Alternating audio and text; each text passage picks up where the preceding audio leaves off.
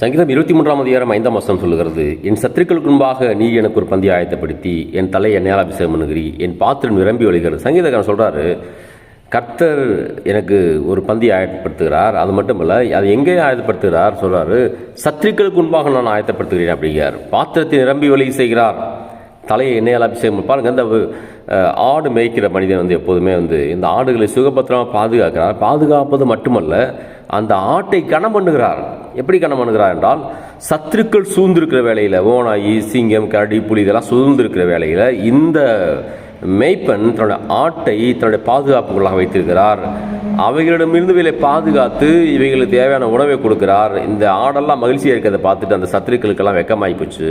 அந்த சத்துருக்கெல்லாம் என்ன நினைக்குதுன்னா, இந்த ஆடோடு இந்த மேய்ப்பன் இருந்து கொண்டே இருக்கிறார், நம்மளால் ஒன்றுமே செய்ய முடியவில்லையே என்று பொறாமைப்படுகிற அளவுக்கு அந்த மேய்ப்பர் அந்த ஆடுகளை போஷிக்கிறார், கனப்படுத்துகிறார். கர்த்தர் உங்களை உங்கள் வாழ்க்கையில் மற்ற சத்துருக்கள், எதிரிகள், உங்களுடைய பகைஞர்கள் அவர்கள் பொறாமைப்படும்படியாக கர்த்தர் உங்கள் வாழ்க்கையை ஆஸ்வதிக்கிறார்.